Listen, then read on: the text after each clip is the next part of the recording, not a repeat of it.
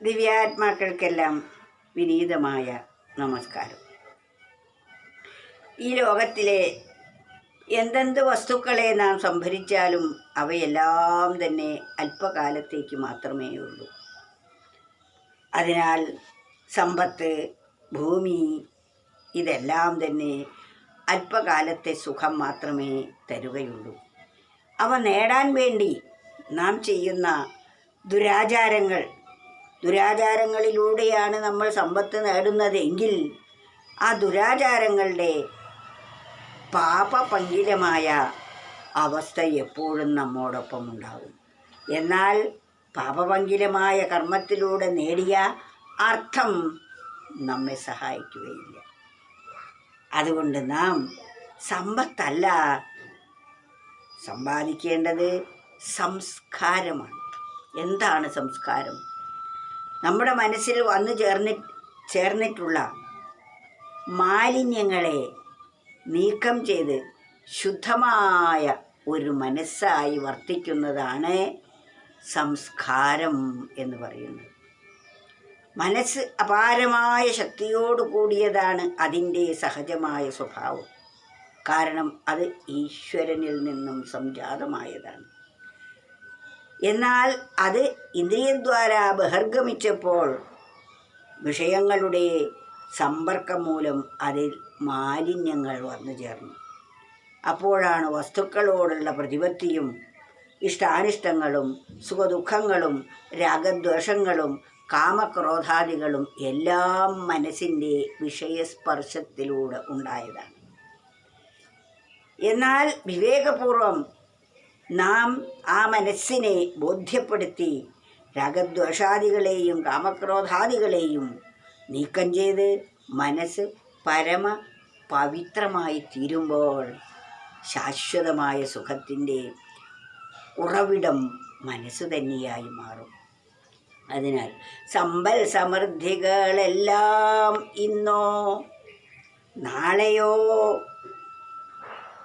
കൈചോർന്നു പോകും. സമ്പൽ സമൃദ്ധികളെല്ലാം ഇന്നോ നാളെയോ കൈചോർന്നു പോകും. ഈശ്വരപ്രേമം ലഭിച്ചാൽ നശിക്കില്ല, ശാശ്വതമുള്ളിൽ നിറയ്ക്കും. ഇതാണ് നമ്മൾ ചെയ്യേണ്ടത്. സമ്പൽ സമൃദ്ധികളെല്ലാം, നമ്മൾ എത്ര സമ്പത്ത് നേടി വെച്ചാലും സമ്പൽ സമൃദ്ധികളെല്ലാം ഇന്നോ നാളെയോ കൈ ചോർന്നു പോകും.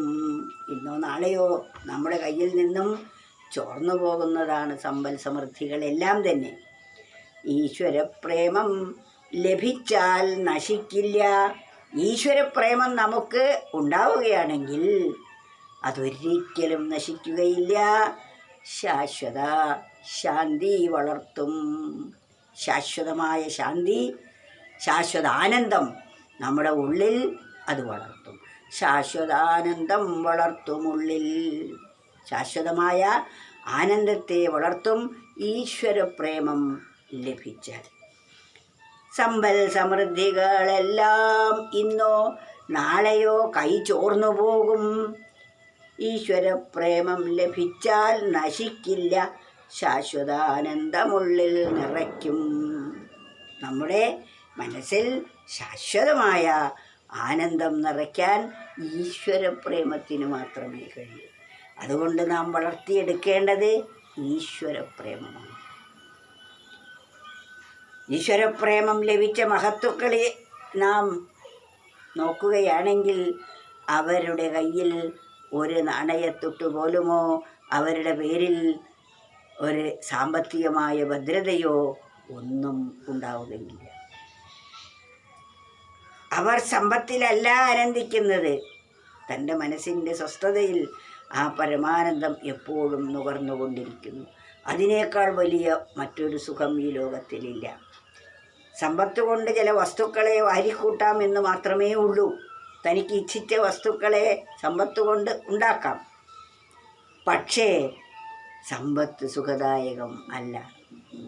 വസ്തുക്കൾ കിട്ടുമ്പോൾ ക്ഷണികമായ ഒരു സുഖം കിട്ടിയെന്ന് വരാം.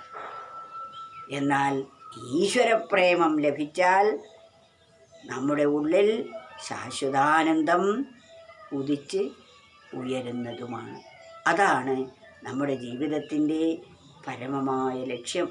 ആ ലക്ഷ്യപ്രാപ്തിക്ക് വേണ്ടി ആയിരിക്കണം ഓരോ നിമിഷവും നമ്മൾ വിനിയോഗിക്കേണ്ടത്. സമ്പൽ സമൃദ്ധികളെല്ലാം ഇന്നോ നാളെയോ കൈചോർന്നു പോകാം. ഈശ്വരപ്രേമം ലഭിച്ചാൽ നശിക്കില്ല, ശാശ്വതാനന്ദം നിറയ്ക്കും.